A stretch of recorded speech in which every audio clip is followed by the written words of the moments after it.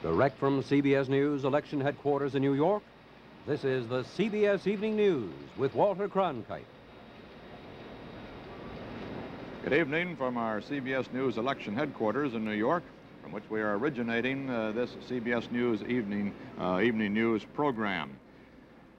Across this nation of ours, it appears that the populace has gone to the polls in record numbers. Perhaps more than 71 million of us have trooped to our polling places today and cast our ballots for the presidency of the United States, many states for senators, in all states for congressmen, in many other states for governors, and many propositions on the ballot as well. And now, with the polls still open throughout most of the United States, through our CBS IBM vote profile analysis, we are able to say that Lyndon Johnson is the probable winner in Kentucky, the first state to be recorded on our board for Lyndon Johnson tonight. 450,000 votes to 261,000 for Goldwater, with 62% of the vote tabulated in Kentucky. But according to our vote profile analysis, our system of selected precincts by which we can determine how the entire state is going, we can give the 9 electoral votes probably to Lyndon Johnson with a probable 61% of the vote. I'll be back with more details of the vote in a moment after this message. This message can save you hours of pain, headache pain, tension, pain, depression, pain, jittery nerves, pain, fatigue, pain. It tells about the fast relief of today's Anacin tablet. Strongest in the pain reliever doctors recommend most. Contains more of this pain reliever than any leading headache tablet. Look, when you have a headache, an aspirin tablet gives some relief, and with buffering, you get some. But an Anacin tablet gives you the relief strength of an aspirin tablet plus added relief strength plus the strength of another ingredient. Headache pain's gone fast, so tension, depression, jittery nerves, and fatigue are gone fast. Remember, an Anacin tablet is strongest in the pain reliever doctors recommend most. Yes, strongest in the pain reliever doctors recommend most. Contains more of this pain reliever than any leading headache tablet.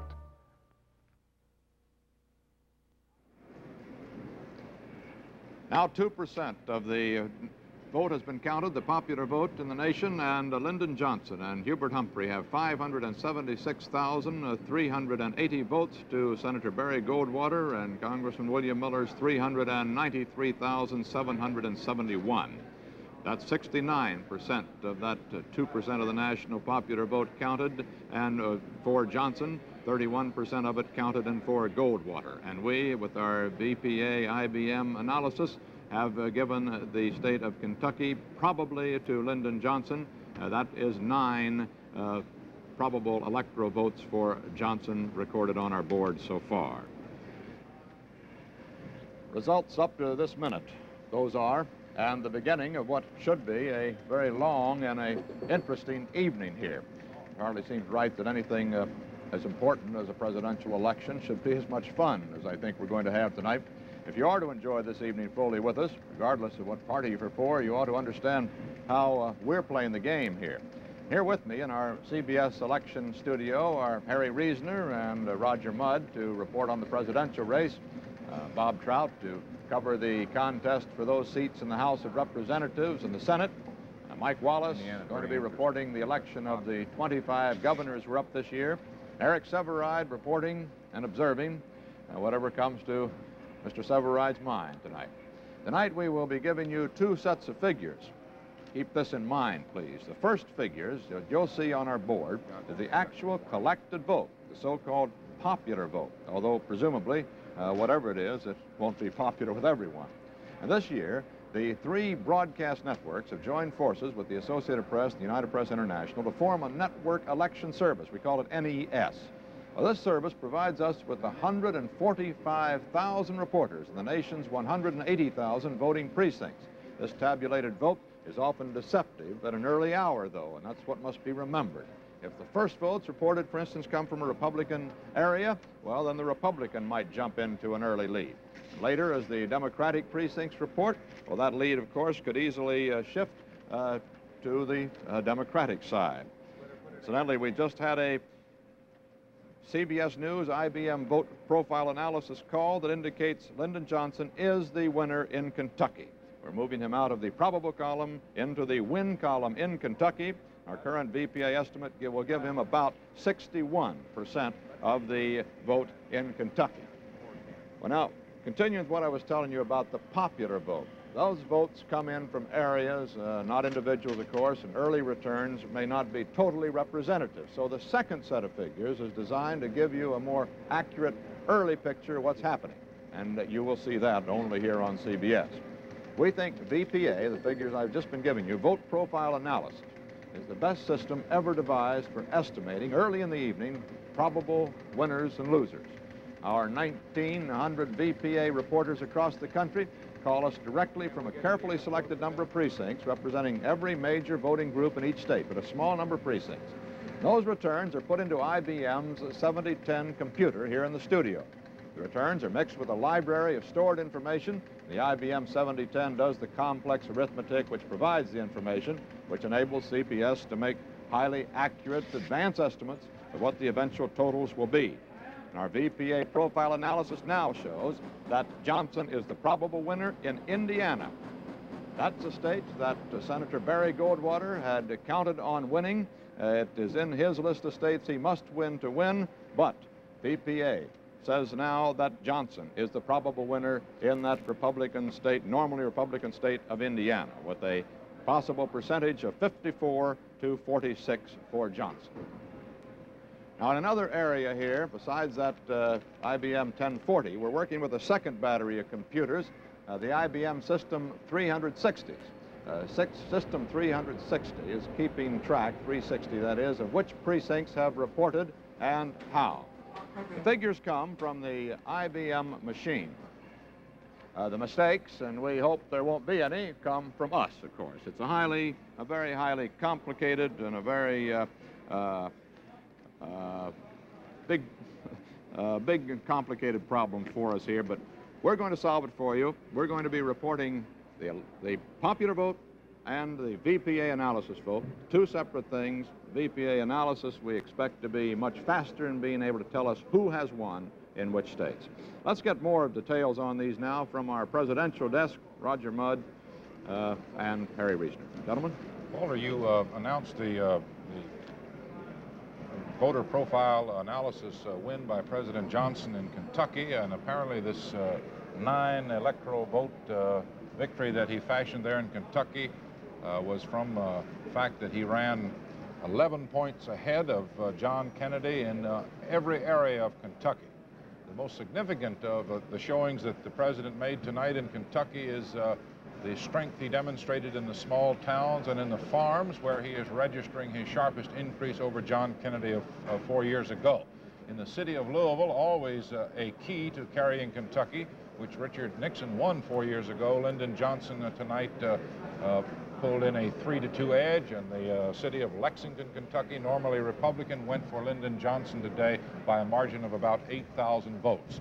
There's no sign of a white backlash in Kentucky up in the northeast section around Covington, and the suburbs are being closely carried tonight by President Johnson.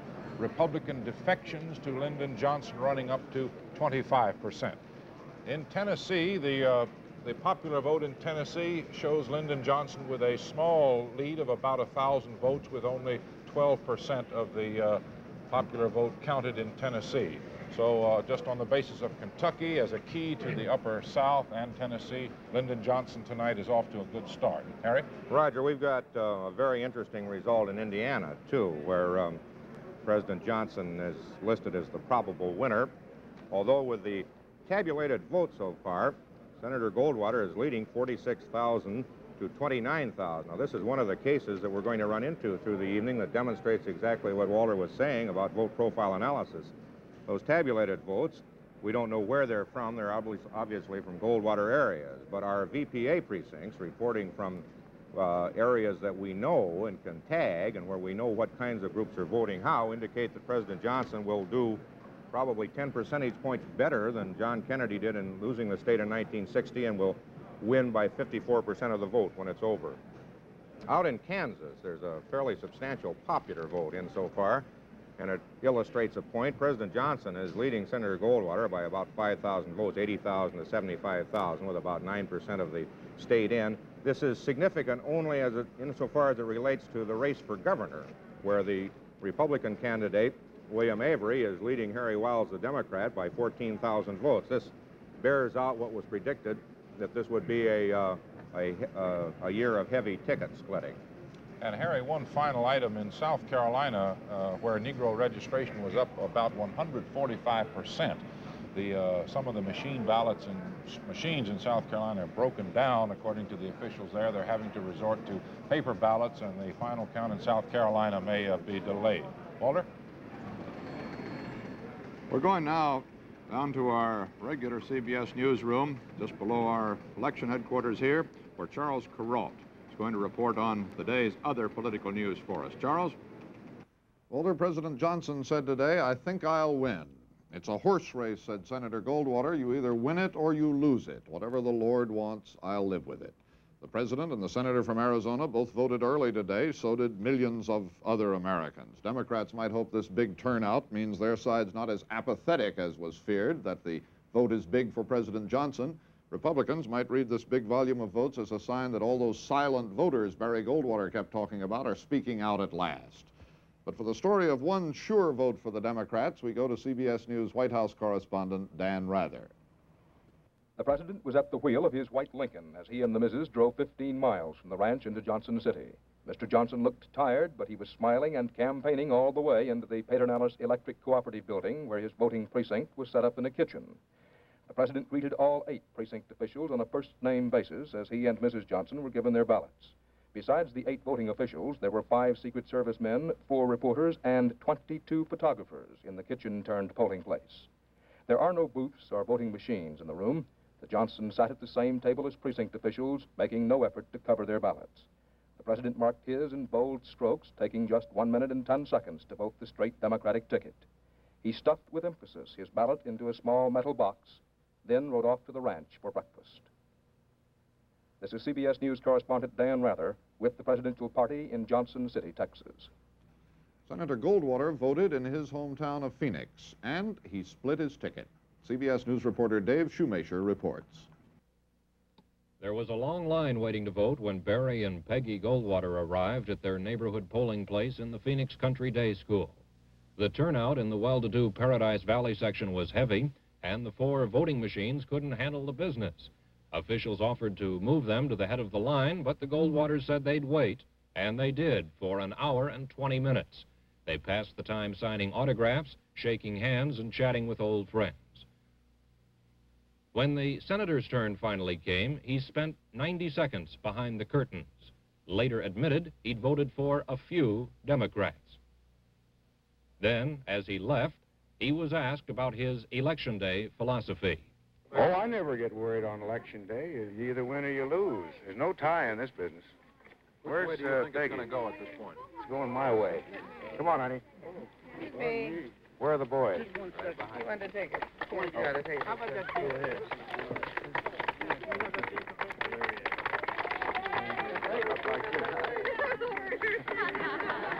I know what you're doing. This is CBS News reporter Dave Shoemaker in Phoenix. Supporters of Senator Goldwater mounted their Operation Eagle Eye today to watch the polls, and Democrats in many cities were keeping an eagle eye on the operation, suspecting it might be used to intimidate Democratic voters. For a story on this unprecedented poll-watching effort, we switch to New Orleans and CBS News correspondent Lou Wood. There's strong Goldwater sentiment in Louisiana, and the young and finely tuned Goldwater organization here has 4 times as many poll watchers and commissioners out this time than they did in 1960. If they spot voting irregularities, they report to a ballot security control center like this one at the Republican headquarters in New Orleans. With the help of mobile telephones and 2-way radios, the control center dispatches a roving troubleshooter to the poll. Would you connect me with YJ88? 323, please. Then the voter gets ready to pull the machine to.